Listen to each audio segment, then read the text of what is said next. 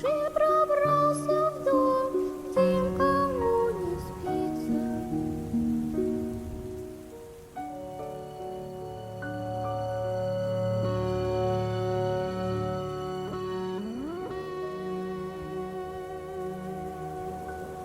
Bienvenidos a La Incógnita de lo Incierto.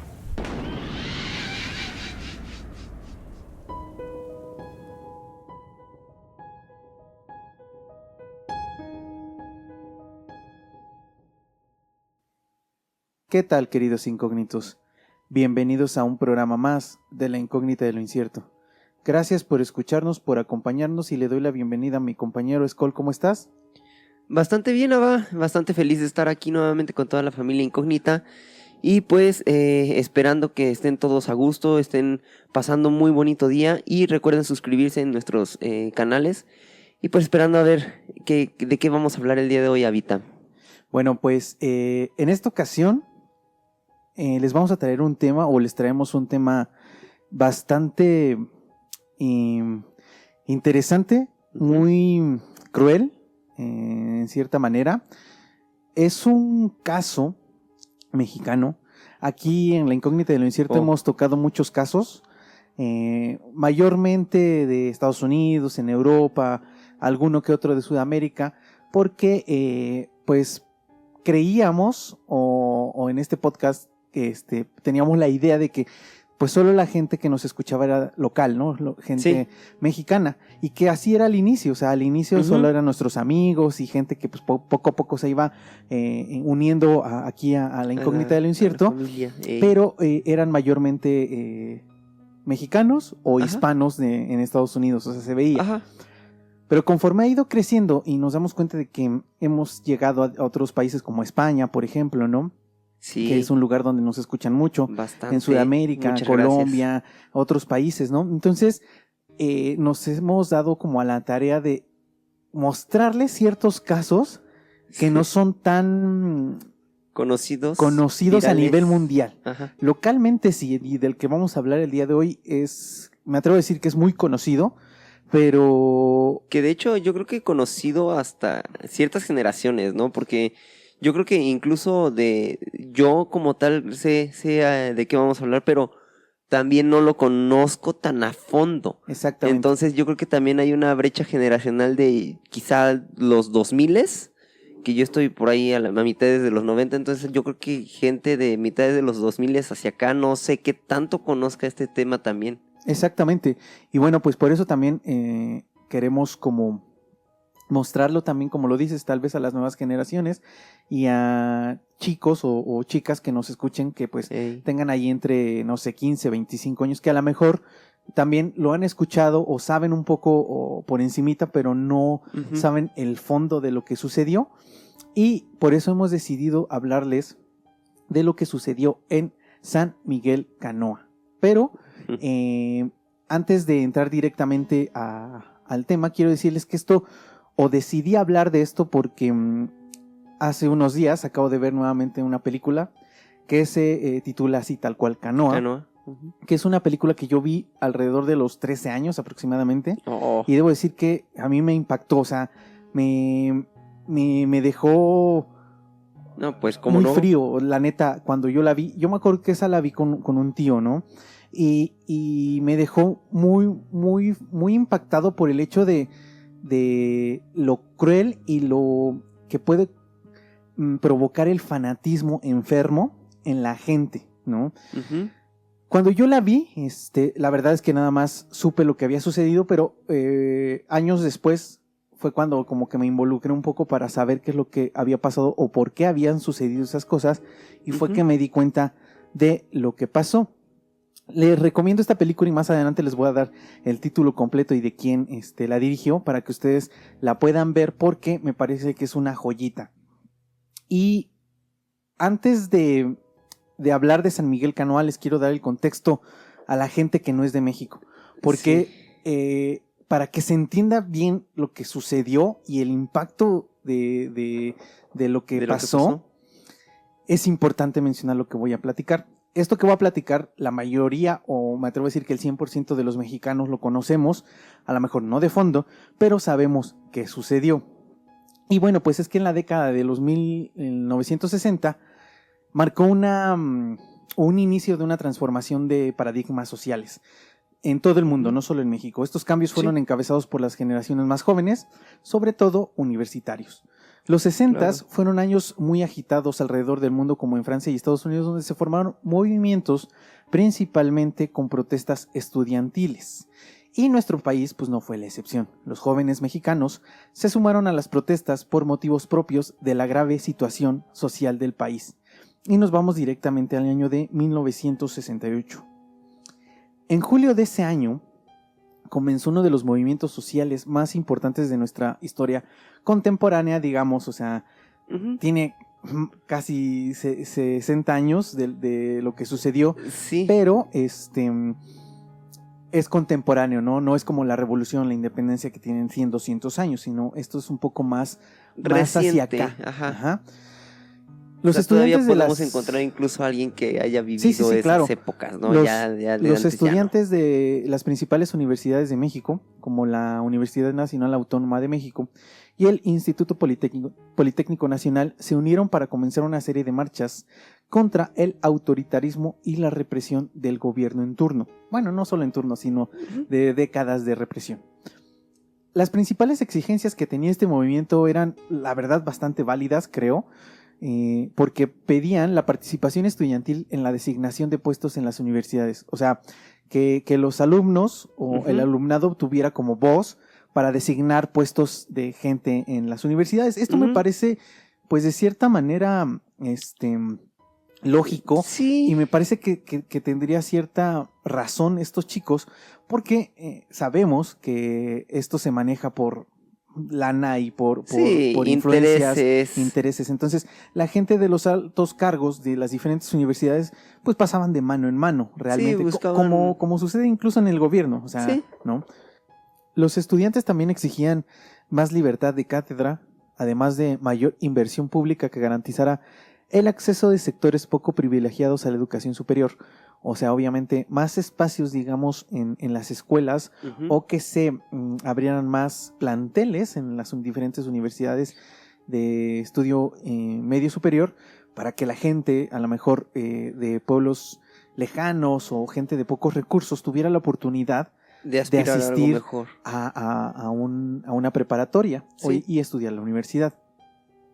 Además de que pedían que se liberaran los presos políticos que estaban encerrados en aquella época, la derogación del artículo 145 del Código Penal Federal, la desaparición del cuerpo de granaderos, porque estos reprimían los movimientos y reprimían a la mayor población del país, y pedían también respeto al reclamo y movilización social, o sea, que tuvieran más libertad de hacer este tipo de movimientos, que no se reprimieran y que no se desaparecieran. Este movimiento se caracterizó por ser inclusivo, con la participación obviamente de estudiantes. También se involucraron amas de casa, intelectuales, obreros, profesionistas y todo aquel que se identificara con la causa que ellos estaban luchando. Entonces se fueron sumando otros sectores de la población que antes ya se habían organizado para sus propias demandas, por lo que el movimiento adquirió gran fuerza y relevancia social en muy poco tiempo. Como era de esperarse, este movimiento era muy mal visto por la sociedad en general, y principal ante los ojos del gobierno en turno, encabezado por el presidente Gustavo Díaz Ordaz, hijo de su que formaba parte del Partido Revolucionario Institucional. Algo, para los que no son de México, el PRI, el Partido Revolucionario Institucional, forma parte del gran cáncer de México a lo largo de la historia. Han tenido, sí, algunos puntos buenos, pero la mayoría son del nabo, asquerosos, manchas rojas y de sangre, como ojetes, la que vamos a hablar en este momento. Obviamente a este gobierno no le convenía que este movimiento creciera, pues eran peligrosos para su gestión. Obviamente necesitaban tener a la gente reprimida y a la gente controlada. Sí, tenerlos así bien manipuladitos, bien controladitos. Exacto. Porque si no... Entonces, y como casi siempre, hasta la actualidad, las noticias que proporcionaba la prensa en torno a este movimiento eran confusas y sobre todo distorsionadas, y esta mala información fue permeando el pensamiento de la sociedad en general.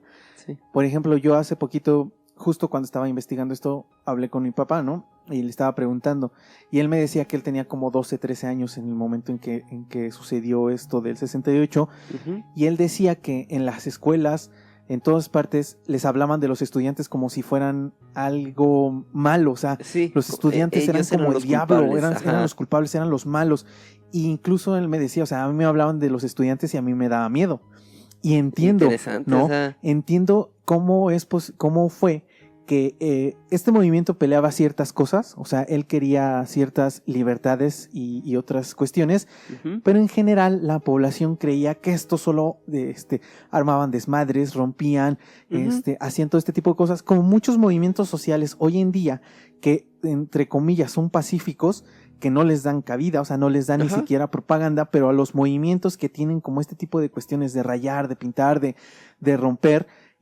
los pintan como lo peor, pero Sí, realmente el fondo de lo que se está peleando es lo que debería de tomarse como importante, sí. porque no se hace nada como aquí los feminicidios en México en la época actual, ¿no? Pero bueno, eso es otra cosa de las que vamos a hablar después. Pero me parecía importante mencionarles esto del miedo que incluso tenían, por ejemplo, los niños y las familias, de saber que a lo mejor los Sí. estudiantes iban a pasar por ahí una marcha y se encerraban en sus casas porque no sabían qué es lo que iba a pasar, ¿no? Y es que justamente aquí me pone a pensar el hecho de decir cómo desde a esas generaciones, a todos los chavillos les generas ese miedo de decir, o sea, ellos están mal, cualquier cosa, o incluso, ¿no? Hasta los maestros también me pongo a pensar que quizá lo hacían incluso por miedo, por el hecho de que algo pudiera pasar, que, de que ajá. algo pudiera ser Es que una yo también consecuencia mala como la que no creo conocemos.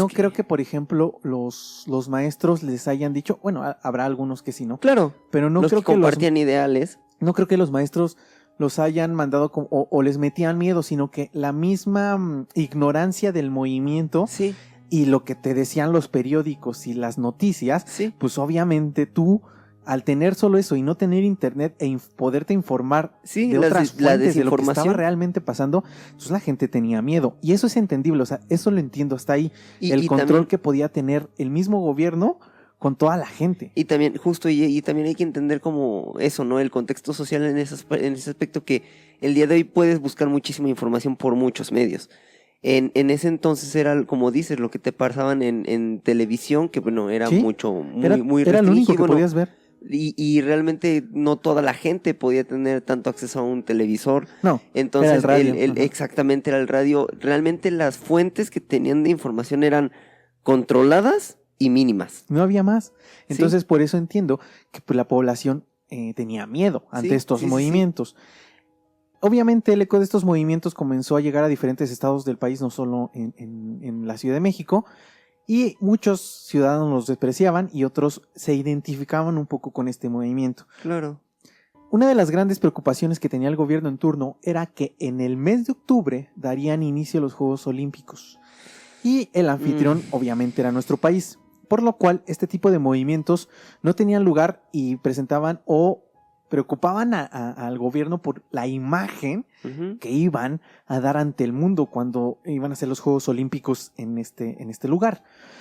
Entonces buscaron deshacer y disolver este movimiento que para septiembre, o sea de julio a septiembre, ya había tomado gran fuerza como uno de los movimientos más grandes que se pudo haber visto en la Ciudad de México. Pero el gobierno realizó uno de los movimientos más nefastos realizados Asqueroso. por el gobierno o cualquier gobierno mexicano que manchó de rojo o de sangre en la historia de nuestro país. Y de mencionarlo solamente, digo, a lo mejor también para la gente que no es de México, solo decir que hijos de la chingada, o sea, nada Sí. más mencionar o recordar ese día es, al menos para mí, de coraje y... Mira, deja que Ah. escuchen lo que sucedió y de verdad pongan atención porque pues sí es muy nefasto, muy grotesco, escalofriante, porque el 2 de octubre de 1968 miles de personas se reunieron en la Plaza de las Tres Culturas en Tlatelolco, aquí en la Ciudad de México. Al lugar arribó también el ejército con el pretexto de vigilar la seguridad Hostia, ante el temor de una pelea, una disputa, como lo hacían ver en los periódicos, ¿no? Decían que cada que se hacía una manifestación de este movimiento, había peleas. Y sí, era cierto, pero porque los granaderos y todos estos también reprimían este movimiento. Claro. Ahora, Los miembros del batallón Olimpia, enviados por el mismo gobierno que después se lavó las manos y dijo que no era cierto, se colocaron en lo alto de los edificios aledaños. Otros de este mismo batallón, para no ser detectados, se vistieron de civiles como los estudiantes y portaban un guante blanco o un pañuelo blanco en la mano izquierda para que pudieran identificarlos. Su objetivo era infiltrarse en esta manifestación y llegar al edificio Chihuahua, en donde se encontraban los oradores del movimiento y muchos periodistas que le estaban dando seguimiento como a este meeting, a este evento. Los estudiantes expusieron sus demandas. Las demandas se hicieron particularmente como réplica a la ocupación militar y policial de planteles escolares. O sea, la policía tomó un par de planteles, entonces los estudiantes estaban muy molestos, estaban enojados, y ese era el principal objetivo o lo que los movía a este movimiento en aquel 2 de octubre. Claro. Minutos antes de las 6 de la tarde, un helicóptero comenzó a sobrevolar la plaza, y desde este helicóptero se dispararon bengalas, que fueron las señales para los francotiradores del batallón Olimpia, quienes comenzaron a abrir fuego sobre los estudiantes, madres, hijos, profesores, obreros y todo aquel que se encontrara en este lugar. En medio del caos, la población civil reunida corrió por la Plaza de las Tres Culturas y las inmediaciones del edificio Chihuahua para protegerse. Algunos manifestantes lograron escapar del tiroteo y se refugiaron en los departamentos de los edificios cercanos, pero esto no detuvo al ejército. Sin ninguna orden judicial, los soldados irrumpieron en cada uno de estos departamentos para capturar y asesinar a los jóvenes que se habían ocultado en ellos. Al final del día, las cifras oficiales del gobierno fueron 30 muertos, 53 heridos y varios detenidos. Y aunque nunca se ha conocido la verdadera cifra, se lee, por ejemplo, en la Comisión Nacional de los Derechos Humanos, que el número de muertos puede ascender a más de 500 y miles de detenidos quienes fueron torturados, maltratados psicológicamente y sexualmente. Este suceso es mejor conocido como la Matanza de Tlatelolco, algo que recordamos y conmemoramos el 2 de octubre de cada año aquí en México, y lo recordamos como el 2 de octubre no se olvida, y literalmente no se olvida. Jamás se va a olvidar. Lo más aberrante es que los Juegos Olímpicos se inauguraron 10 días después, a tan solo unos kilómetros de Tlatelolco, como si nada hubiera sucedido. En las noticias, en absolutamente ningún lugar no se salía, dio no se le dio seguimiento, no se le dio nada, o sea, trataron de borrar todo lo que hubiera sucedido, pero esto de las muertes que hay, por ejemplo, en los edificios cuando los chicos se tratan de ocultar en algunos departamentos, se sabe porque las familias de estos chicos y los que estuvieron involucrados dentro de estos edificios que no tenían nada que ver con el movimiento, pero que estuvieron involucrados, también murió gente que ni siquiera tenía nada que ver con este movimiento.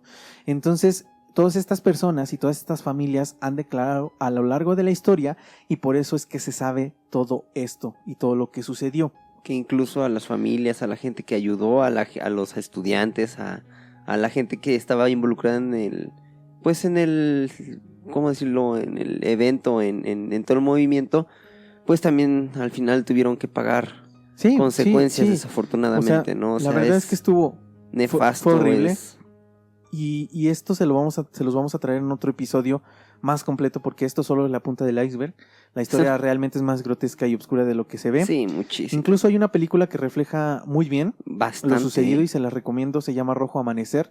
La pueden buscar. Es de 1989, si no me equivoco, algo así. Y es muy buena película. La verdad, está muy bien hecha. Es cruda, es muy cruda. Y está muy, muy, muy bien hecha, y refleja muy bien lo que sucedió en aquella ocasión, para los que no son de México, ¿no? Para los que son de otro país y quisieran conocerla, estas películas las encuentran en YouTube.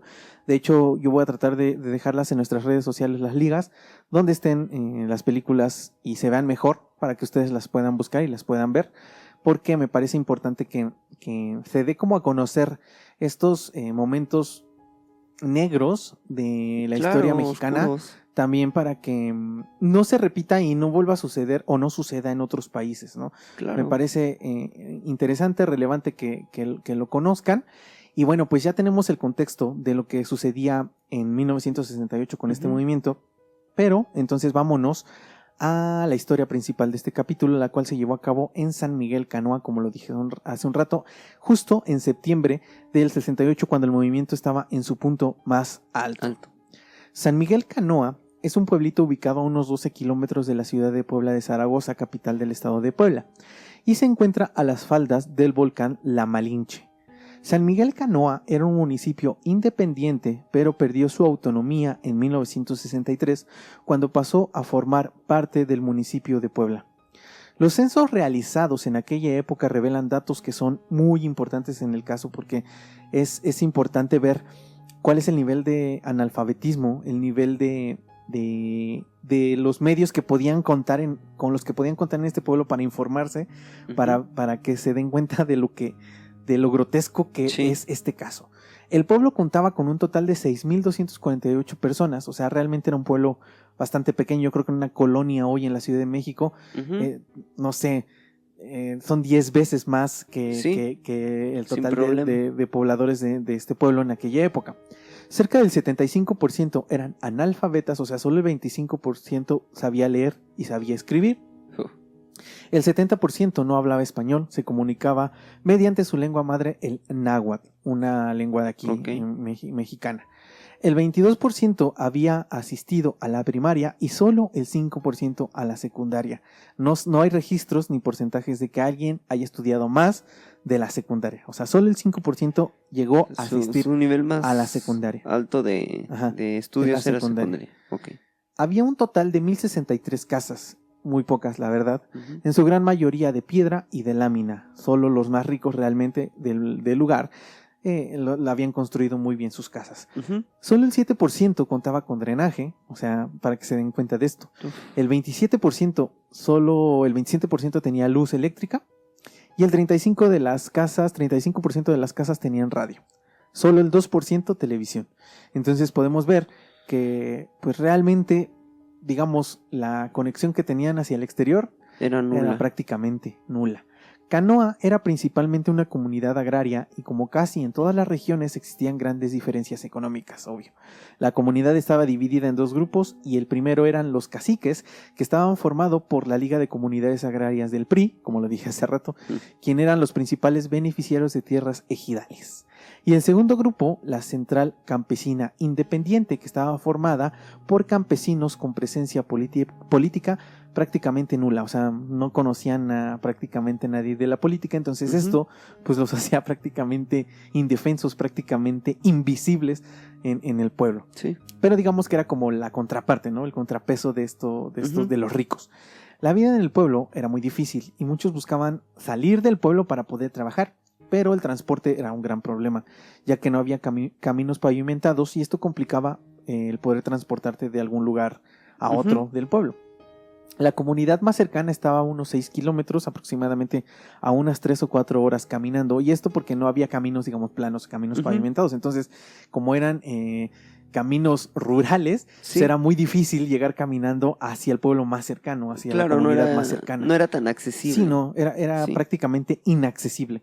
El pueblo contaba con una escuela primaria, pero no con una secundaria.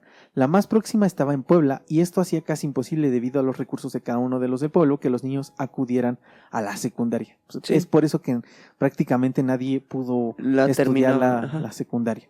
San Miguel Canoa también contaba con una tienda de abarrotes y una parroquia, la cual fue construida en los años 1600 y representaba uno de los lugares más importantes y emblemáticos del pueblo, pues como en gran parte del país, los pobladores de Canoa profesaban la religión católica. Como lo dije anteriormente, Canoa era un municipio independiente, no existía como una estructura o como tal una estructura de gobierno y sus leyes eran pues, prácticamente diferentes a las del resto del país. Ellos se regían por sus propias leyes. Ellos se mandaban solos. Lo que querían. Todo esto cambió a partir de la llegada del cura Enrique Mesa Pérez, uno de los principales personajes de esta historia. El cura Mesa llegó a la comunidad el 4 de septiembre de 1955 y no pasó mucho tiempo para que tomara el control total de este pueblo. Antes de que el cura Mesa llegara a la comunidad, la iglesia no les obligaba a pagar diezmo. O sea, si iban, la gente pagaba su diezmo si quería, si no, no. Pero Mesa lo cambió todo, ya que ahora todos los que asistían, incluso sin asistir, estaban obligados a diezmar cada semana. Aunque O sea, la gente... porque yo digo... Sí. Digo, no solo ahí pasaba, sino Sí. en muchos lugares ha pasado. Y aunque la gente era muy pobre, esta no se oponía, pues todo era en nombre de Dios, ¿no? Hijo, Ningún sacerdote había intervenido en cuestiones políticas hasta la llegada de Enrique Meza, quien con el pretexto de cooperar con obras para el mejoramiento de este pueblo fue rodeándose de gente que él previamente seleccionaba para que por medio de ellas recaudara los fondos que solicitaba para dichas obras, como si fueran impuestos. ok, No se les sí, llamaba impuestos, pero eran impuestos. Ajá. parecido a... Las obras prometidas iban desde la introducción de agua potable hasta caminos y carreteras. Gracias, y entre comillas, Ajá. al padre Enrique se pudo construir un camino pavimentado, una escuela secundaria y otras obras que fueron costeadas en su totalidad por los pobladores de San Miguel Canoa. O sea, Ujú. Meza tenía muy buenos contactos, por eso llegó ahí. Incluso llegó a ser amigo del gobernador del estado de Puebla en ese momento. Y estos contactos Ok. lo llevaron a conseguir recursos para las obras que prometía, pero esto no lo detenía para pedir la cooperación del pueblo. O sea, él recibía dinero del Para Estado poder hacer lo que tenía para hacer, pensado. o sea, recibía los recursos para hacer lo que quería hacer. Si quería hacer un camino, si quería hacer una escuela, lo que quisiera hacer, lo que él proponía hacer, le daban recursos, pero aún así le pedía al pueblo Sí, y, o sea, obviamente utilizaba los recursos del Estado para y hacer, esto para mí. pero eso que él recibía del pueblo eran para él. Ajá.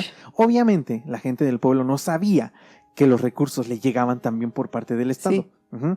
Entonces, por eso el pueblo pues estaba controlado y decía, sí, pues Sí, yo lo pues, pago, sí. ¿no? Te doy dinero.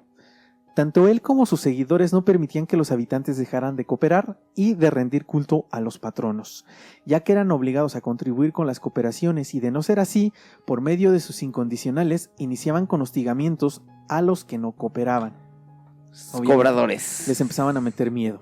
De pronto, el padre Mesa se dio cuenta de que el control del pueblo estaba completamente en sus manos, y para poder seguir teniendo este control, se rodeó de gente de su confianza, entre las que figuraban Rafael Arce, Luca Romero, que fungía como guardaespaldas del padrecito, y su hijo Pascual Romero, quien se dice que era muy pobre, pobre, y de pronto pudo tener una casa de 2 pisos, yuntas de mulas y una tienda de abarrotes en donde estaba instalado el único teléfono del pueblo. Ah, Donde he caray. escuchado ese tipo de cuestiones, ¿verdad? No, pero- es raro. pero de la- Aquí de la- en México. De la noche a la mañana se hizo rico. El hombre que era muy pobre, ¿no? Y que estaba obviamente a las órdenes Sí, del o padre sea, Mesa. no es como que digas, lo ganó por esfuerzo porque se lo haya, No, porque lo haya aparte, sudado, lo haya trabajado, no. porque aparte en realidad no existían los recursos dentro del pueblo. Sí, o sea, ¿no? los recursos llegaban de otros lados. Sí, O sea, sí.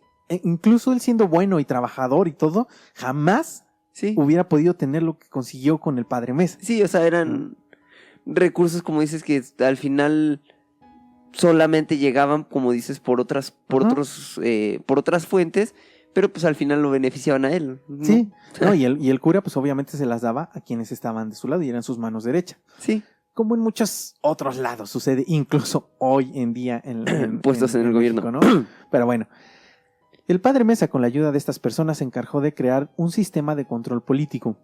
A los que se negaban a pagar o no podían hacerlo debido a las altas cuotas, se les negaban servicios como los bautizos, bodas, bendiciones, entierros, etc.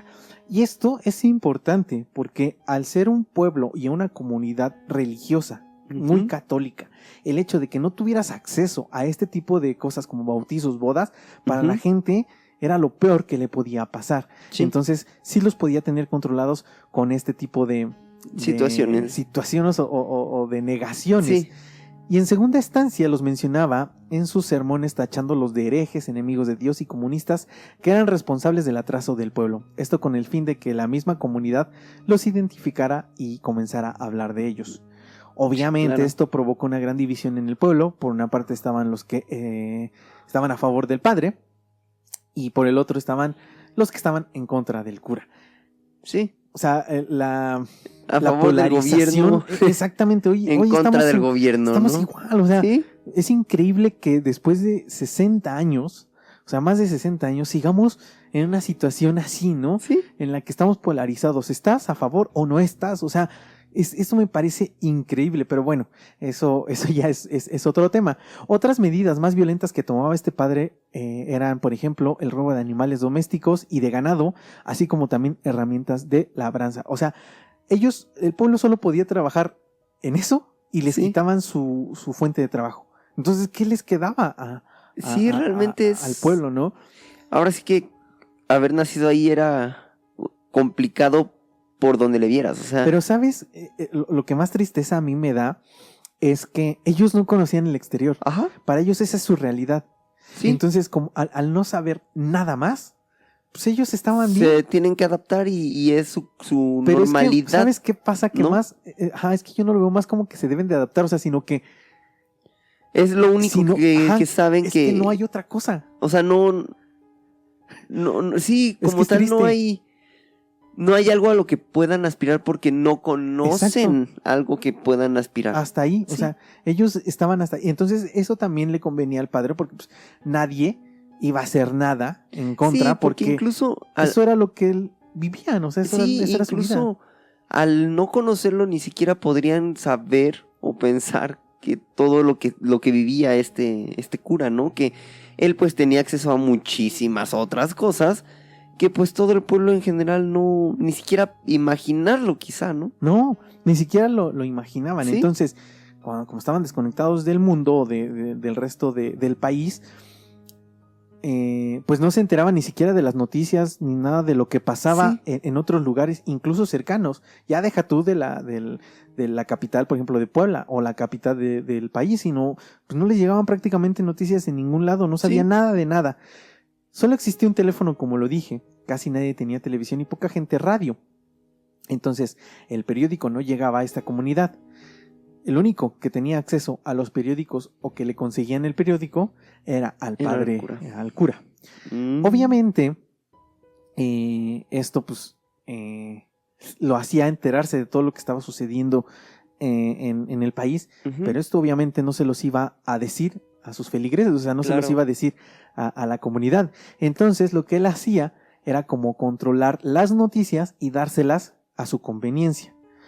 El cura también mandó instalar bocinas en la plaza del pueblo y en algunos lugares específicos para que todo el pueblo se escuchara, y mediante estas bocinas se daban noticias que él quería dar y también se exponía a todo aquel que no pagaba sus cuotas.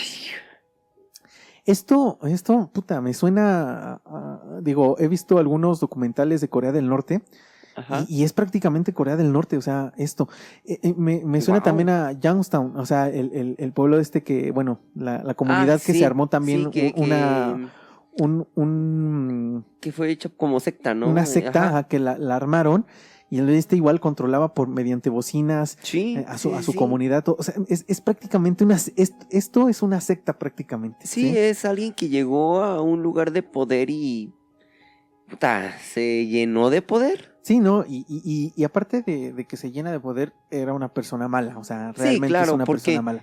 Como tal, y digo, aquí pues se podrá entrar en controversia, ¿no? Pero al final el justo, ¿no? El poder no te hace ni bueno ni malo, ¿no? Ya viene de cada persona. Porque incluso puedes tener poder, ¿no? Y puede que robes, porque lo hacen muchos. Pero hay quienes roban y ya está ahí, pero este señor no se quedó solo en robar dinero, sino que fue más allá, porque lo que viene más adelante es grotesco. A finales de agosto, el cura Mesa leyó un periódico del Sol de Puebla, en donde se contaba lo sucedido en una marcha realizada en la capital del país. Los estudiantes se habían congregado en el Zócalo capitalino y aquella tarde del 27 de agosto bajaron la bandera e izaron una bandera rojinegra. Este y otros medios usaron campañas de propaganda para influir en las percepciones y los comportamientos sociales, infligiendo miedo a la gente, creando monstruos o héroes, como a ellos les convenía, o bien manipulando la información en aras de manejar la opinión pública. El cura entonces comenzó también una campaña de miedo en su pueblo, en San Miguel Canoa. Durante sus sermones usaba hasta 2 horas para hablar de los estudiantes a quienes describía como monstruos.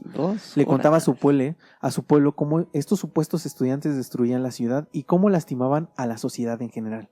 Los llamaba comunistas y los feligreses, aún sin saber qué significaba esto, no cuestionaban nada. O sea, no cuestionaban nada. Ellos son comunistas. No sé qué es, pero son comunistas. Pero son comunistas, sí. También Poco a poco les llenó la cabeza con la idea de que pronto los comunistas llegarían al pueblo para adueñarse de este lugar. les decía que estos monstruos llegarían, se robarían a sus animales, matarían a sus esposas e hijos y después colocarían una bandera rojinegra en la parroquia. No más. Entonces los convocaba para que lucharan si esto llegaba a pasar y les pedía que estuvieran preparados para lo peor. Esto lo hacía cada semana, cada sermón, cada que podía, incluso por las bocinas, o sea, todo el tiempo los estaba bombardeando con estas ideas. Sí. Los envenenaba con ideas de que el demonio se podía presentar en cualquier lado, incluso en jóvenes estudiantes, además de que a estos estudiantes los llamaba ateos, enemigos de Dios y de la Santa Madre Iglesia. O sea, ¿en qué les podías influir a la población en que dijeran son personas malas? En su religión, Ujú. en sus creencias? Entonces, Sí. obviamente, estos tipos... Porque si no estás con el Dios, estás con el diablo. Entonces estos tipos eran ateos y eran enemigos de Dios. Y pues obviamente se fueron envenenando. Estas personas fueron creyendo esta historia Sí. y se fueron envenenando. La gente creía ciegamente en lo que el cura les contaba y obviamente estaban muy asustados, estaban aterrados de que los comunistas iban a llegar al pueblo. El cura, al tener todo el poder del pueblo, colocó espías, los cuales estaban encargados de ver quién entraba y salía del pueblo y tenían que reportarle todo al párroco. Ah, caray. Algunos ciudadanos no O sea, creían... Ya tenía su mini ciudad ya hecha, ¿eh? Pues O él- sea, Es que él controlaba todo, lo controlaba todo. O sea, y al tener poder absoluto de la gente, pues nadie realmente se oponía. Sí había gente que no creía en lo que el cura decía, pero no podían hacer pues, absolutamente Sí, nada, ya no. que si no estaban en peligro y toda su familia también. O sea, estaban atados de pies Sí. y mano. La gente que realmente no creía en lo que estaba diciendo esta persona, pues a lo mejor se tenía que callar y ser hipócrita y decir, Sí. sí te creo, ¿no? sí, más porque si no al final se iba contra él o contra ella todo y Sí, o sea, el poder que tenía su palabra era... imagínate, o sea, no hay un registro, no hay donde poder leer esto que les voy a decir, pero por ejemplo, yo me imagino, a ver, tú, en tu comunidad, al siendo una comunidad tan pequeña y que no tienes acceso a otras comunidades, lo que comes, lo que bebes, con lo que trabajas, solo es de tu comunidad, solo Ujú. es de donde vives. Entonces, si el padre, que es el que tiene el poder absoluto del pueblo, empieza a decir que tú no pagas, que eres un hereje, que eres un enemigo de Dios, que eres bla, bla, bla, entonces, ¿qué hace la gente que a lo mejor tiene agua?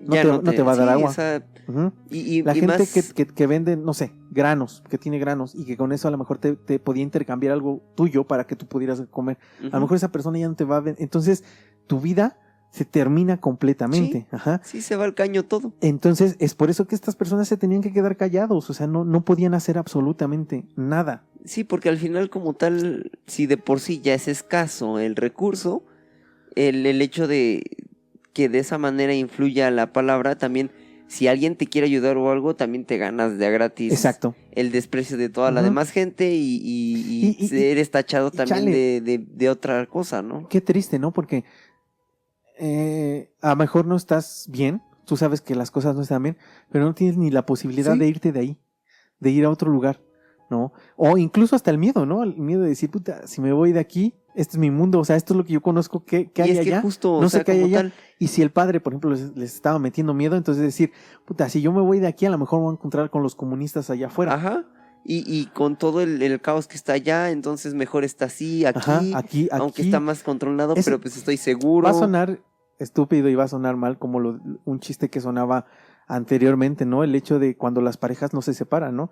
Sí. O no se separan, el hecho de que estás mal porque sabes que la situación está mal, está de la mierda, pero es lo que ya conoces Sí, y entonces no sabes qué hay allá, entonces también por eso te detienes, ¿no? mejor malo por conocido que bueno por conocer. Exactamente, ¿no? entonces creo Decía. que es lo que también sucedía en este lugar y más por la ignorancia y el no conocer nada más Sí. afuera de, digamos, del círculo de San Miguel Canoa. Y entonces hasta aquí el panorama de lo que sucedía dentro del pueblo. Y ahora nos vamos a la capital del estado de Puebla, específicamente en la Universidad Autónoma de Puebla. En esta institución trabajaban los 5 involucrados en esta historia, 5 jóvenes de entre 20 y 25 años. Obviamente estos personajes conocían lo que pasaba en la capital de la ciudad, o del país, perdón, con el movimiento estudiantil, pero solo por encimita, o sea, lo que Ujú. los medios les pintaban y les daban de información. Ujú. Y aunque en algunas ocasiones debatían sobre si el movimiento era correcto o no, ellos no tomaban parte de nada, o sea, ellos no ellos no eran estudiantes, ellos eran Ujú. trabajadores de la universidad, pero no tomaban parte. O sea, ellos decían, bueno, estoy como a favor de esto, y otro decía, no, yo no, ¿no? Y debatían, pero realmente no tomaban Parte. parte de Ujú. esta discusión. o de Solamente al este final, movimiento. solamente como opinaban, ¿no? Exacto. Compartían sus opiniones, por decirlo. Debido a las fiestas patrias del mes de septiembre, para los que no son de México, en septiembre nosotros festejamos la independencia de México y, Es mes de fiesta. y tenemos como ciertos días de descanso. Entonces los jóvenes iban a tener 3 días de descanso. Por esta razón deciden subir al volcán de la Malinche para acampar y regresar a la mañana siguiente. Es una idea que se les hizo muy atractiva, como que dijeron, ¿qué hacemos? Pues vamos a acampar, ¿no? Y se lograron juntar 11 compañeros de trabajo de la universidad, quienes partirían el 14 de septiembre hacia las faldas del volcán. El punto de partida sería la universidad, en donde trabajaban aproximadamente a las 5 de la tarde. Y entonces llegó el 14 de septiembre. Pero como es costumbre, muchos se echaron para atrás, muchos ya no llegaron a la cita, y solo acudieron 5 personas. Manuel Gutiérrez Calvario, Jesús Carrillo Sánchez, Julián González Báez, Roberto Rojano Aguirre y Miguel Flores Cruz. Y aunque al final el grupo se redujo, no se desanimaron y decidieron seguir con el plan. Dijeron, vamos de todas maneras. Ya somos 5, vamos. Y digo, bueno, ya, yo creo que si hubieran sido 2, pues no vas, ¿no? Ya, Sí, pero dices, 5, "Nah, ma, dices, bueno, todavía. somos bola". Entonces, sin perder el tiempo, tomaron sus mochilas y subieron un autobús que los llevaría hasta San Miguel Canoa, desde donde iniciarían su recorrido a pie. Digamos que es el lugar más cercano al que podían llegar para empezar a subir, Ajá. ¿no? O sea, digamos, era el punto de partida del ascenso, ¿no? Porque hasta ahí llega, el autobús que llegaba más cerca de la Malinche era Ahí este. llegaba. Ajá. Entonces, por eso deciden y se van. Hacen como 1 hora y media aproximadamente desde la capital de Puebla hasta San Miguel Canoa.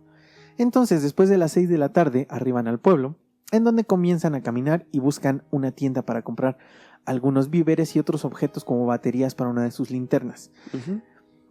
Cuando el pequeño grupo iba caminando por las calles de San Miguel Canoa, comenzó a caer agua y comenzó un aguacero vespertino, algo muy común de las fechas en septiembre. Ujú. Los jóvenes pensaron que solo sería una lluvia corta y que al terminar podrían comenzar a ascender hacia el volcán.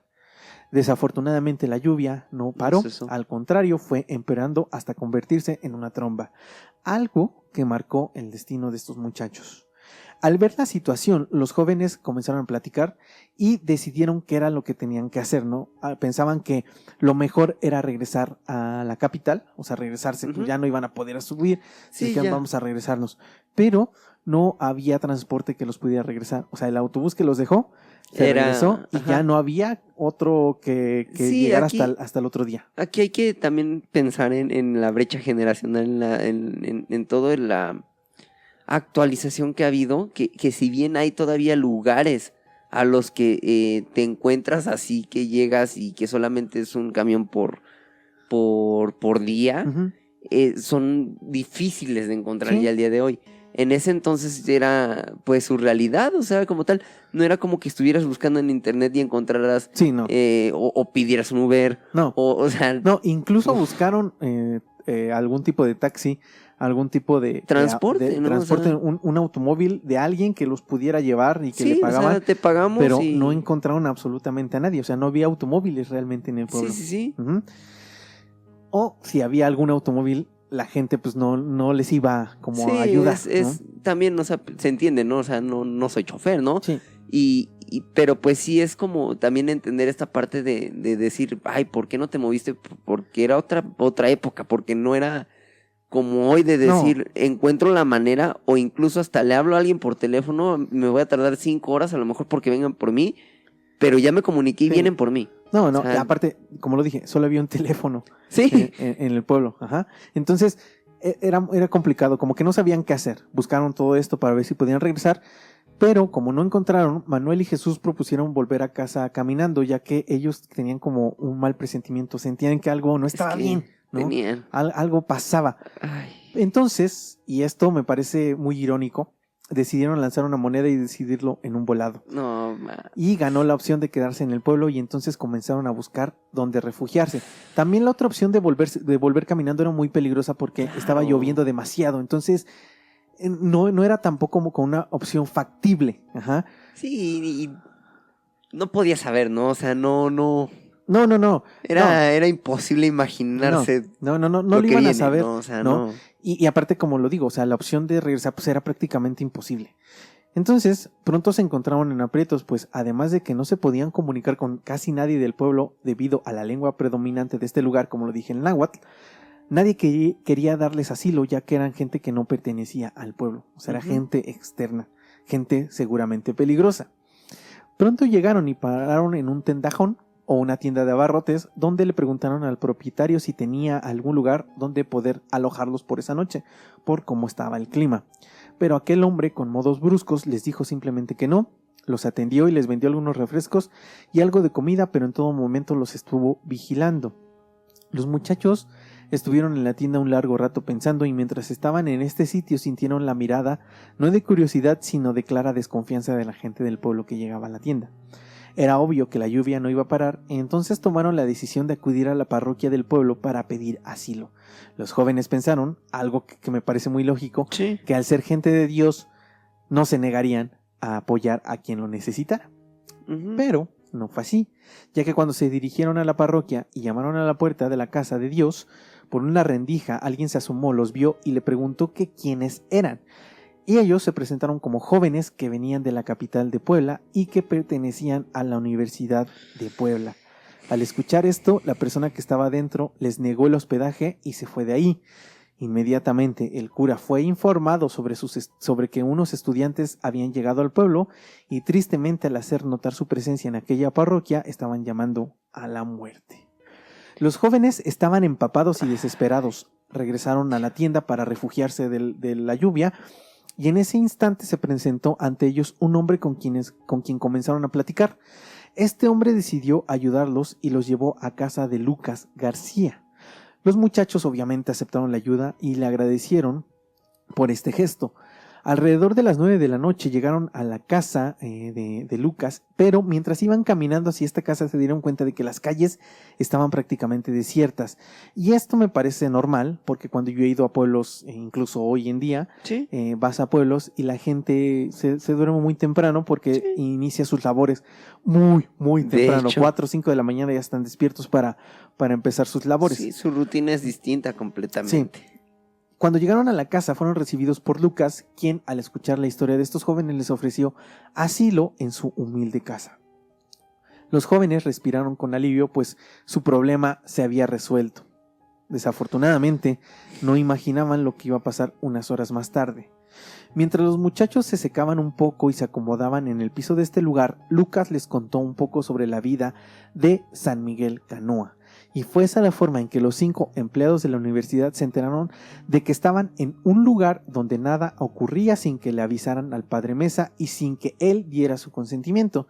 Y entonces cayeron en cuenta de que si el párroco no quiso darles alojamiento, difícilmente alguno de los habitantes de Canoa lo haría. Pues obviamente.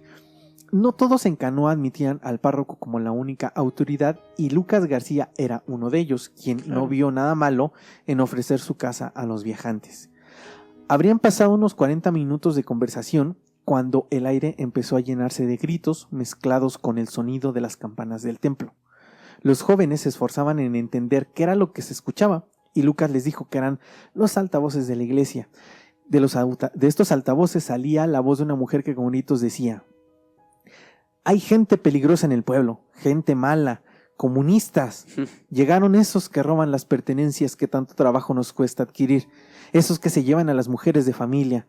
Salgan, vecinos, salgan a defender al pueblo y al señor San Miguel. Además de los altavoces se podía escuchar las campanas de la parroquia, las cuales tañían enloquecidas, o sea, algo que no era normal, algo que no era normal de cada día. Lucas les comentó que eso lo hacía el cura para asustar a la gente y que era demasiado extraño, pero no le dieron mayor importancia. La voz seguía hablando, narrando historias de terror, diciendo: esta gente, estos extraños, traen consigo propaganda, papeles que no deben entrar en ninguna casa, porque en ellos está el diablo, porque en las palabras de estos hombres acecha el demonio, porque esos hombres son enemigos de la iglesia. Enemigos de Dios. Mientras los jóvenes y Lucas platicaban, no se imaginaban lo que pasaba en el pueblo. Poco a poco, las puertas de las casas empezaron a abrirse. La lluvia no fue impedimento para que el miedo empujara a los habitantes de Canoa y los sacara a las calles. Empezaban a brillar las hojas de los machetes, que de instrumentos de labranza se convirtieron en herramientas de muerte. El ruido y los gritos de la gente comenzaron a ser demasiado intensos, y solo entonces Julián, Ramón, Jesús, Miguel y Roberto cayeron en cuenta de que la voz de los altavoces se refería a ellos. Ellos eran los enemigos, los comunistas, los ateos y los ladrones. Obviamente estos chicos empezaron a caer en pánico y entonces Lucas intentó tranquilizarlos, les dijo que estaban seguros en su casa y que él hablaría con la gente, pues ya estaba muy bueno de que el cura anduviera alentando a la población. Encerrados y con mucho miedo escucharon cómo a la voz que dominaba en todo el pueblo, o sea, la voz de los altavoces, se sumaban gritos, cientos de gritos, algunos en náhuatl y algunos en español, gritos que se escuchaban cada vez más cerca de la casa de Lucas. De pronto, la puerta de la casa comenzó a sonar debido a fuertes golpes desde el exterior. Del otro lado, exigían que les entregaran a los comunistas para darles un escarmiento y que no se volvieran a aparecer en el pueblo. Valeroso, Lucas abrió la puerta. Creo que fue uno de los peores errores que pudo cometer Lucas, pero quién sabe qué hubiera pasado de todas maneras. Lucas quiso hablar con sus vecinos e intentó explicarles que eran muchachos trabajadores de Puebla. Lucas García no pudo sino pronunciar unas pocas frases cuando un machetazo en el cuello lo derribó y lo mató casi al instante. La familia gritaba con horror y los jóvenes estaban completamente aterrados. Se escuchaban gritos, pudieron ver antorchas, machetes y de algún lado sonaron algunos tiros, o sea, llevaban también armas de fuego. El hermano de Lucas, enfurecido, se lanzó en contra de la horda y fue asesinado también en ese momento. Los 5 muchachos se vieron indefensos ante la muchedumbre exaltada, quienes eran alrededor de 800 personas que querían lastimarlos. Imagínate, 7 personas en contra de 800. La esposa de Lucas, cuyo único error había sido mostrarse generoso y hospitalario, lloraba y gritaba aterrada. La multitud pasó por encima de aquel cuerpo que dejaba la vida en un charco de sangre para sacar a los 5 chicos estudiantes, supuestamente, de la Universidad de Puebla. Manuel y Jesús también fueron macheteados y asesinados casi en la entrada de la casa de Lucas. A Miguel, a Roberto y a Julián se los llevaron a la plaza principal y ahí, frente a la iglesia, los torturaron. Les lanzaron piedras, los golpearon con palos, con machetes y a Julián le arrancaron 3 dedos de su mano izquierda de un machetazo. Los jóvenes gritaban, lloraban e imploraban para que los dejaran en paz, ya que pensaban que aquella noche iban a morir. Pascual, el dueño de la tienda, después de ver que todo estaba fuera de control, llamó a la policía de Puebla para que acudieran al lugar. No se sabe cómo, pero en las actas del Ministerio Público se pueden leer que Pascual también fue herido por una bala en uno de sus glúteos. No se sabe si realmente la gente se dio cuenta de que dio aviso o qué pasó, pero a él también lo lastimaron. No lo mataron, pero le dieron en una nacha. Las autoridades intentaron llegar al pueblo, pero los mismos ciudadanos habían bloqueado el único paso para que no pudieran entrar. La policía se vio rebasado y tuvieron que regresar a Puebla a avisar, y junto con el ejército regresaron con los servicios médicos, quienes lograron entrar a San Miguel Canoa alrededor de las 5 de la mañana del 15 de septiembre. Milagrosamente Julián, Miguel y Roberto lograron sobrevivir, aunque quedaron terriblemente heridos. Las radiografías señalaron sobre todo que tenían lesiones en la cabeza y en algunos órganos vitales como los riñones. Por la mañana se le dio aviso a los familiares de estos involucrados y ellos acudieron a ver a sus familiares heridos y algunos otros para reconocer los cuerpos. Pilar Flores, esposa de Julián, quien estaba embarazada en ese momento, llegó al hospital y ahí le entregaron una bolsa con 3 dedos de su marido, los cuales le habían cortado de un machetazo. Imagínense el impacto, ¿no? De que te den una bolsa con los 3 dedos de tu esposo. Lo más nefasto es que al día siguiente, o sea el 15 de septiembre, el periódico El Sol de Puebla publicó algunas notas en las que se distorsionaba por completo los hechos y justificaban el linchamiento argumentando que los trabajadores habían intentado izar una bandera rojinegra en la iglesia de este municipio. Esta versión se basaba en que semanas antes de la tragedia, una comisión de estudiantes de la UAP habían visitado Canoa con el objetivo de difundir su movimiento y ganar simpatizantes. Yo, por más que estuve buscando como información, digo, puede ser que sí sucedió, Ujú. pero yo no encontré registro de que realmente antes de este incidente hubieran ido a visitar a Puebla. Pero yo creo que se querían lavar las manos y decir, es que ya habían venido Es aquí algo de que cualquier... y por eso es que sucedió esto. A pesar del testimonio de la esposa de Lucas, quien identificó a al menos 17 involucrados en la muerte de su esposo, o sea, de los que entraron a su Ajá. casa, y de los testimonios de los sobrevivientes quienes identificaron al párroco de la iglesia, Enrique Mesa, como el autor intelectual, y del reconocimiento del presidente municipal, del comandante y de los dueños de los altavoces, no hubo ningún arresto, ni siquiera un castigo mínimo. Incluso hay declaraciones posteriores de este padre, de este cura, en el que dice que él estuvo dormido toda la noche, que como estaba enfermo, tomaba medicina y que no se despertó, que él estaba completamente dormido, pero, ¿Pues yo qué? pero los jóvenes declararon que ellos vieron que esta persona estaba ahí y los estaba incitando a todos los del pueblo para que los lincharan. Y como si nada hubiera sucedido aquel 14 de septiembre, el 29, solo 15 días después, la gente del pueblo se divirtió, comió y bebió en la fiesta de San Miguel Arcángel. Eso sí, las cuotas que cobraba el cura se incrementaron ya que necesitaba pagar para que lo acontecido en Canoa no tuviera ninguna repercusión en él y con nadie del pueblo. O sea, le pagaba sus contactos para que Claro. esto no se supiera. El gobierno se lavó las manos y solo la comunidad universitaria les brindó apoyo a los sobrevivientes, ya que semanas después el Consejo Universitario acordó establecer una cuota extra de inscripción de 5 pesos para indemnizar y solidarizarse con las víctimas de la tragedia, tanto con los sobrevivientes como con los familiares de los que perdieron la vida.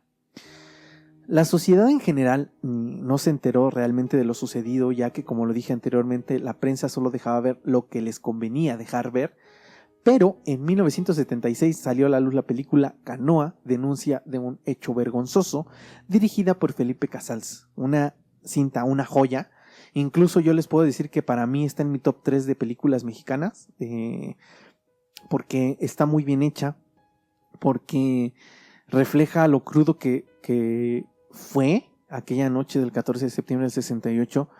Como lo dije, yo lo vi a los 13 años y a mí sí me impactó completamente el ver cómo el fanatismo Ujú. puede llegar a ser tan grave, ¿no? Y lo triste, digamos, de que se saliera a la luz en el 76 esta película es que la gente se enteró de esto 8 años después, o sea, Ujú. pasaron 8 años hasta que la gente pudo enterarse de lo que pasó. Y este trágico acontecimiento es un ejemplo de hasta dónde puede llegar el fanatismo y la manipulación ideológica. Y dejemos ya a un lado solo las religiones. En este caso fue por ideas religiosas, pero hay, como lo dijimos hace rato, ¿no? También sectas que hacen esto, Que al final- el lavado de cerebro, el lavado de ideas que por una fe ciega puede desembocar en tragedia y muerte. Al final yo creo que justo, ¿no? Utilizan algo que a la gente le gusta o le da fortaleza de alguna manera para sacarle provecho, ¿no? Creo que ahí es donde ya es el fanatismo, ¿no? Como dices, hay quienes sí defienden mucho lo que les gusta y llámese lo que sea, ¿no? Llámese religión, llámese fútbol, llámese política, pero como dices, ¿no? Ya llega un punto en el que no es válido absolutamente para nadie el poderle hacer daño a otra persona. Y lo impresionante de hasta qué grados puede llegar, ¿no? Porque incluso aquí lo que uno pensaría es, pues, caramba, a lo mejor entiendo lo de a estas personas, estudiantes entre comillas, que ni siquiera eran, que tal vez no iban contra ellos, pero a la persona Lucas del mismo pueblo, o sea, ni siquiera se tentaron contra gente de su mismo pueblo, contra gente que también conocían, que probablemente también ahí ya hubieran tenido algún tema, ¿no? Sí, porque esta persona ya no estaba de acuerdo con el cura, ¿no? Uh-huh. Pero aún así digo, o sea, se me hace increíble que no tenían o no les importó una vida humana. Y también aquí la importancia de como digo, ¿no? El contexto histórico, bueno, en la época, porque quizá en otro momento, desde que ves esto, te comunicas a un teléfono de emergencia y existe una posibilidad de que haya una respuesta quizá un poco más rápida, ¿no? Pero en este caso fue hasta que se le dio aviso a las autoridades, hasta que llegaron, se vieron rebasados, regresaron y tuvieron que volver a ir. Fueron horas que seguramente pasaron un infierno estas personas que Sí. estaban siendo torturadas y que, como dice, ¿no? El cura y la gente se quedó como, incluso entre ellos, quizá me suena que lo hicimos bien Sí. hecho, protegimos a Sí. nuestra gente, Sí, para ellos cuando estuvo bien en hecho. realidad solamente fueron unos pasados de ojetes con unas personas que no iban a hacer más que divertirse, ¿no? Ahí es como lo que dices, ¿no? También el hecho del analfabetismo y también entender que de alguna manera no es culpa de ellos el cómo viven, el cómo crecieron, pero no justifica para absolutamente nada el hecho de todo lo que hicieron, ¿no? Del poder hacerle daño a un tercero. Pero como dices, al final creo que el mayor responsable es este cura, porque al final, simplemente, si él quizá hubiera dicho, lo sacamos del pueblo, pero solamente lo sacamos, no torturamos, no golpeamos, no nada, era una voz de autoridad en el pueblo, le hubieran hecho caso. Incluso lo que los chavos decían cuando los estaban torturando, cuando la policía llegó, decía, llévenos a la cárcel, o sea, no nos importa, o sea, llévenos a la cárcel, como acúsenos de lo que sea. Sí, pues es que Pero pues ya sáquenos de paren, aquí, ¿no? ¿no? O Sáquenos sea, de aquí. Entonces, fue muy cruel y me parece importante decir el impacto de lo que pueden tener, por ejemplo, lo hablábamos en el MK Ultra, ¿no? El lavado de cerebro, el Sí. posible lavado de cerebro, ¿no? Aquí vemos cómo los medios de comunicación sí, pueden influir completamente en los ideales de las personas. Y me refiero a, por ejemplo, obviamente estas ideas que tenía el padre eran influidas o Ujú. influenciadas por La las noticias y información. la información que había Ujú. en los periódicos, ¿no? Como lo dije, este personaje, era una persona mala, porque no le importó. Y eso es lo que a mí me parece aberrante, escalofriante, el hecho de que en nombre de Dios Ujú. hagan este tipo de cosas, ¿no? Yo siempre lo he dicho, yo no estoy a favor ni nada de ninguna religión, no creo en un Dios como tal, como lo dicen, pero tampoco soy de las personas que digo, no crean, no vayas a la iglesia, no creas en ninguna religión. No, al contrario, yo siempre he dicho, las religiones creo que pueden servir de algo porque te dan fe, te ayudan en ciertas ocasiones, en ciertas situaciones, pero este tipo de cuestiones me da mucho coraje, ¿no? Sí. El fanatismo y que en nombre de Dios se cometan estos crímenes y más que quedara impune, o sea, como si nada hubiera Exacto. sucedido, o sea, todavía siguió en el pueblo por varios años más. La verdad es que no pude encontrar cuándo murió ni cómo murió. Y puta, cuando yo, como lo dije, yo lo vi este caso y cuando lo empecé a leer años después, porque no fue a los 13 años, yo vi la película, pero años después fue cuando empecé a leer un poco. Me dio mucha tristeza el que la gente sea tan influenciada tan fácilmente, o sea, Ujú. que yo siempre he dicho que creen lo que tú quieras y como lo dijiste hace rato, ya deja tu religión, lo que quieras, política, lo que tú quieras, pero también cuestiónate el por qué crees, o sea, cuestiónate el por qué sucede o por qué te dicen que esto es lo que está bien. Y genera ¿no? tu opinión, ¿no? O sea, piensa todo lo que te están dando y genera tú tu propia opinión para defender lo que tú crees, porque al final, si no sigues solamente lo que cree alguien más y defiendes lo que cree alguien más y probablemente ni siquiera esté en algo correcto, ¿no? Sí, o ni no. siquiera sea algo correcto que tú creas, pero lo estás defendiendo simplemente por defender. Sí, y es como aquí, ¿no? Aquí yo siempre he dicho que a mí me gusta mucho basarme como en la ciencia y en lo que dice la ciencia, pero pues es obvio que también la ciencia se equivoca, o sea, también hay equivocaciones, ¿no? Entonces, no es creer ciegamente solo en lo que dicen, sino realmente involucrarte, leer y hacer un criterio propio. Pero obviamente en este caso específicamente, pues la gente no tenía posibilidades de tener otra opción. Su Sí. única opción era lo que les decía este personaje. Sí. Pero eso no los exime, como lo hemos dicho en otros casos, de la culpa. Exacto. Estas personas fueron culpables de matar a 4 personas Sí. y de lastimar a otras 3, y no solo a ellos, sino a todas las familias, ¿no? Sí. De estos involucrados. Hicieron crecer a un niño por lo menos sin familia. Exactamente. Una niña, no sé qué haya sido. Sin papá, perdón. Y pues el impacto también que pudo tener para estas 3 personas, porque el último como entrevista que da Julián es en el 2018, el que le cortaron los 3 dedos. Y él sigue diciendo y siempre dejó claro que jamás se le ha olvidado y jamás va a poder olvidar lo que sucedió esa Claro. noche. Él deja muy claro que no tiene rencor en contra de la gente del pueblo, que jamás volvió a ese pueblo. No, yo tampoco pues, hubiera no. vuelto en mi vida. Pero que no les tiene rencor, que entiende en cierta forma lo que sucedió por este personaje, por el cura Mesa. Y también es importante para mí decir que el impacto que tuvo este movimiento y el gobierno en general, porque empezaron a desacreditar este movimiento mediante los medios de comunicación, Sí. los periódicos. Entonces, este pedazo de presidente que teníamos en aquella época no solo mató, porque Sí, o sea, no. podrán decir, Él no lo hizo, pero podrán decir mucha gente, él lo hizo ese indirectamente. güey no disparó, ¿no? Pero no mames, ese güey fue el que dio la orden y Exactamente. fue el que hizo todo esto en Tlatelolco en el 68. Y no solo fue ahí, se sabe en Canoa, y seguramente debe de haber casos en algunos otros lugares en donde Sí. tal vez no se supo ni se... Digo, si tuvo ¿cómo la podría sangre decirlo? fría para hacerlo de Tlatelolco, le creo capaz cualquier cosa nefasta. Pero digo, no solo de él, sino en general, o sea, en la población, que pudo influir en la Claro. población para que estos también lastimaran a otras personas.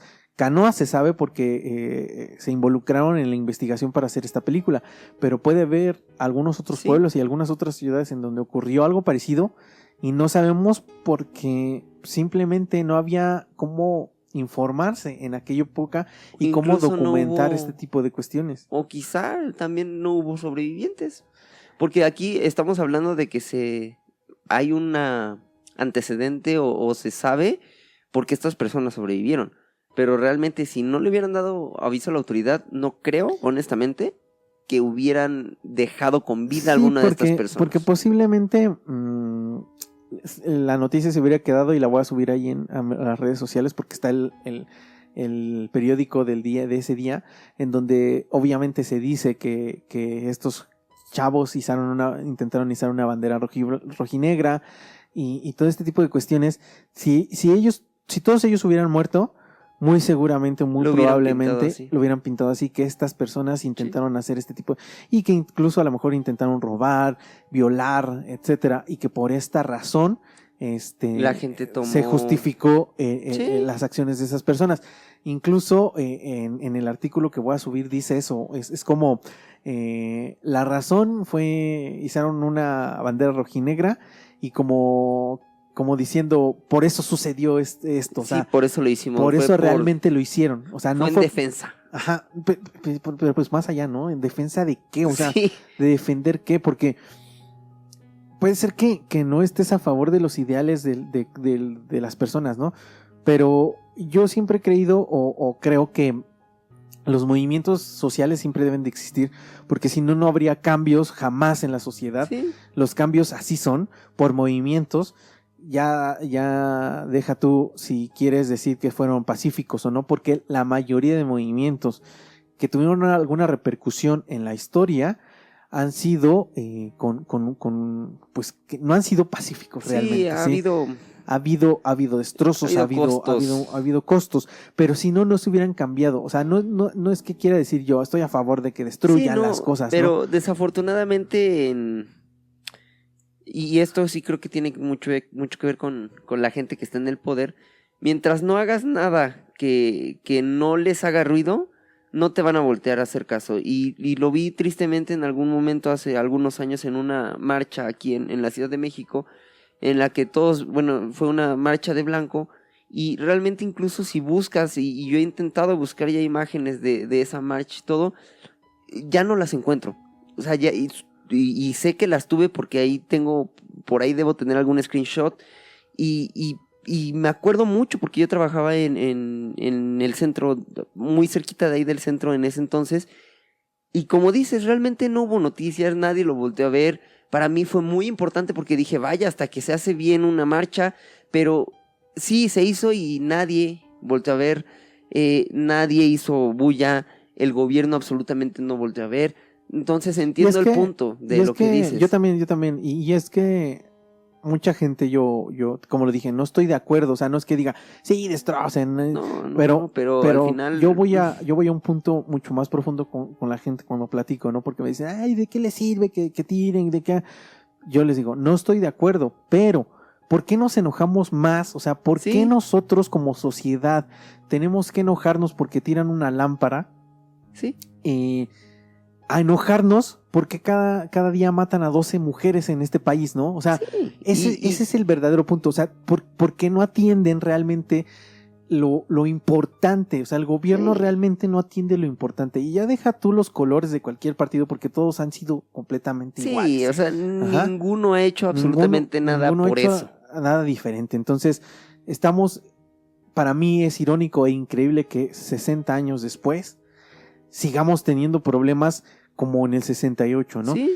Y otra de las cosas que para cerrar que quiero comentar es qué triste que este movimiento tomó mucha fuerza e iba encaminado a cosas realmente importantes para movimientos, para cambios sociales importantes, y el gobierno fue tan ojéis, la neta, de matar a tantas personas, incluso sin ser parte del movimiento. Sí. O sea, al gobierno no le importó absolutamente nada. Pero lo más triste para mí es que nosotros como sociedad en ese momento nos hayamos quedado así.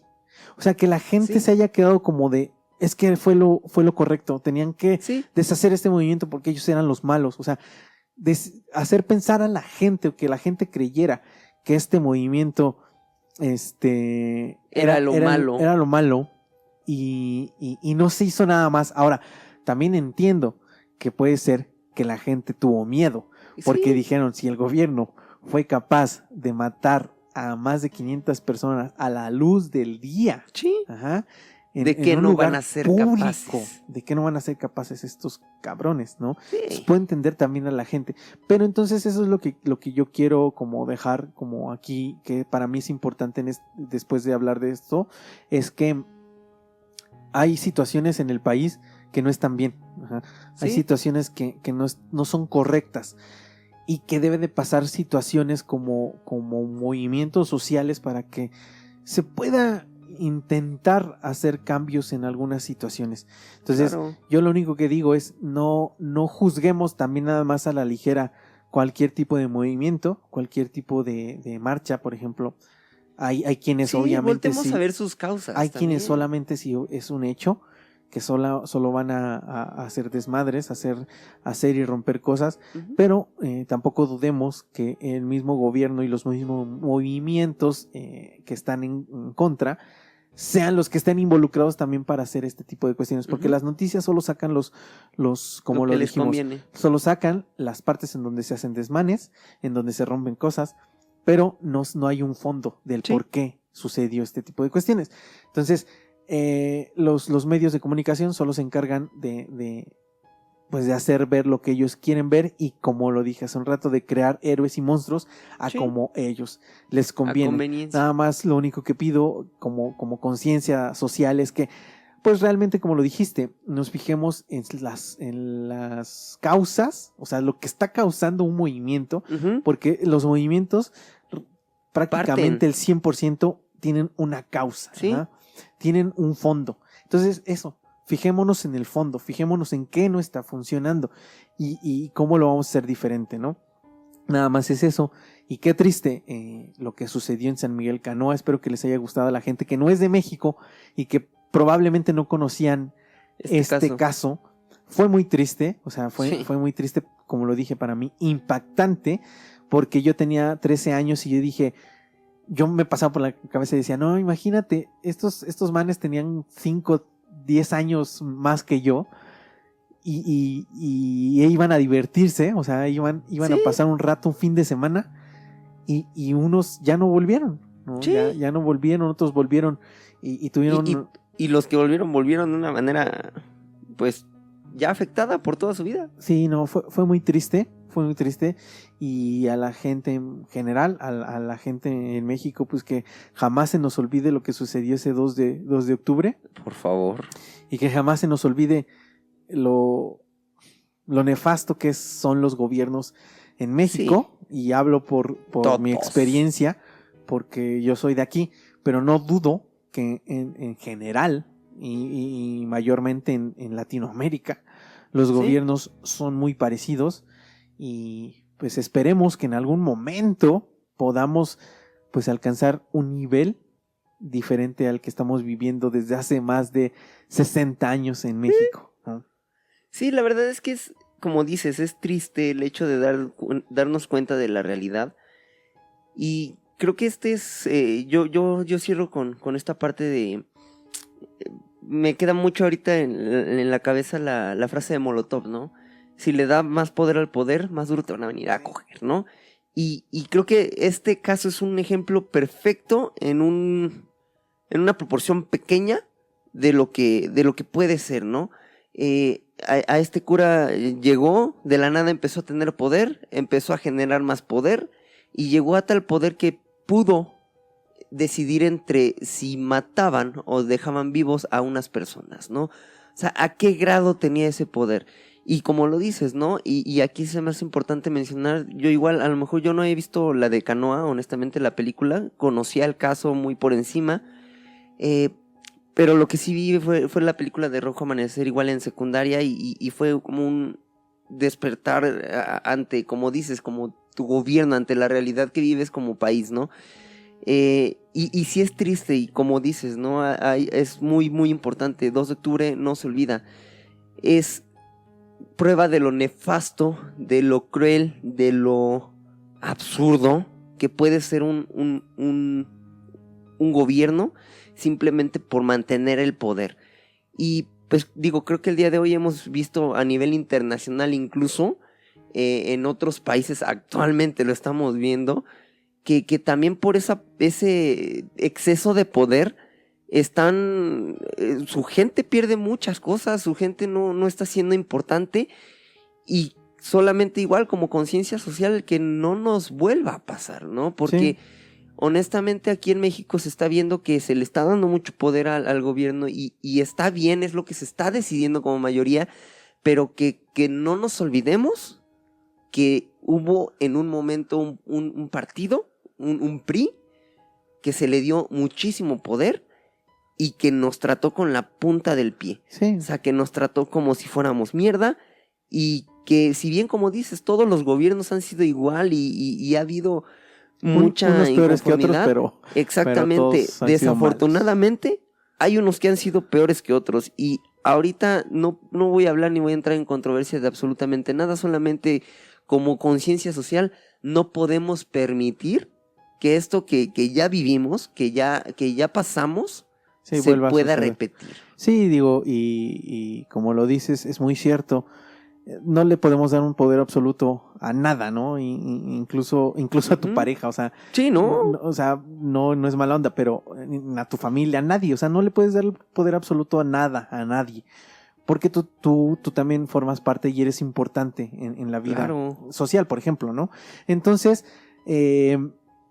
sí es importante el tener conciencia de que no podemos permitir que tengan todo el poder completo y absoluto, porque puede ser igual de triste como lo fue hace décadas, como lo ha sido hace muchos años, Yo no sé qué partido ni cuáles sean sus ideologías políticas de cada uno de los que nos escucha, pero también, como lo dije, hay que ver las cosas y hay que ser realistas. Hay muchas situaciones que hoy no están bien, que no están funcionando, y tenemos que ser críticos, no ser nada más permeables y decir, ay, sí, pero es que antes estábamos igual. Sí, pues es que ese es el problema. Estamos mal desde hace muchísimas décadas. Sí. Entonces, no porque antes existió, hoy está bien, ¿no? Estamos mal y seguimos en una situación muy mala socialmente. Tal vez económica hemos ahí estado o mantenido y entre comillas, ¿no? Porque también la situación ha empeorado en estos últimos años. Digo, esos son muchos otros factores, pero socialmente y ante delincuencia y este tipo de cuestiones, pues lo podemos ver en las noticias, en internet, y no solo digamos las noticias que te muestran por encimita, sino lo podemos ver incluso en redes sociales, la gente que está ahí, la gente que está informando lo que sucede en el país, que hoy con un celular puedes grabar todo, afortunadamente. y las imágenes están, ¿no? Entonces hoy no se puede ocultar como en aquellas épocas. Hoy la situación es más transparente, entre comillas. Aunque también hay fake news, hay mucho este tipo de cuestiones que hay que tener cuidado también en ese tipo de noticias, de cuestiones. Pero bueno, yo para cerrar, a mí lo único que me entristece es que aún a pesar de varias décadas, el caso quedó impune, y la falta de justicia refleja realmente la persistencia de problemas profundos en la sociedad hasta el día de hoy. Entonces, con eso cierro y me despido por esta ocasión. Yo cierro con el hecho nada más de decir, ya en resumen de todo esto, piensen realmente como personas, tengan su opinión propia, generen su opinión y defiéndanla, porque al final, no por ser de un partido, no por ser de un grupo, tienes que opinar en todo como esas personas. Entonces, yo creo que si aquí cada uno de las personas que vivían en este pueblo hubiera pensado, se hubiera cuestionado esto, quizá se pudo haber hecho algo distinto. Pero pues, con eso yo cierro Habita. Exactamente, bueno, pues gracias a toda la gente que nos escucha, a la gente que llegó hasta acá. Espero que les haya gustado este caso, y les vamos a traer más casos aquí mexicanos, como lo dije, el del 2 de octubre, ese lo vamos a hacer también porque es muy oscuro. Muy crudo. Podemos muy hacer otros casos también importantes, a lo mejor como tipo de personas públicas, como el caso de Paco Stanley, el caso de algunos otros, que pues también resultan, el caso de Paulette, por ejemplo. Es un caso que... El caso, no sé, muy viral, pero de San Mateo Atenco, por ejemplo, ¿no? De Durazo, por ejemplo, hablar de Durazo, que también es un personaje negro en la historia de México, y podemos hablar muchas cosas de este tipo de cuestiones. Como lo dije anteriormente, no lo hacíamos porque creíamos o queríamos como traerle a la gente local historias de todo el mundo, pero hoy también nos abrimos a la posibilidad de mostrarle también a otras personas de otros lugares lo que hay aquí en México, y que también es muy aberrante. Entonces, gracias a todos los que nos escuchan hasta acá, y gracias por suscribirse, por apuntarse en todas nuestras plataformas, y no se olviden, por favor, de abrir sus mentes y abrirse a las posibilidades. Кричит ночная птица, он уже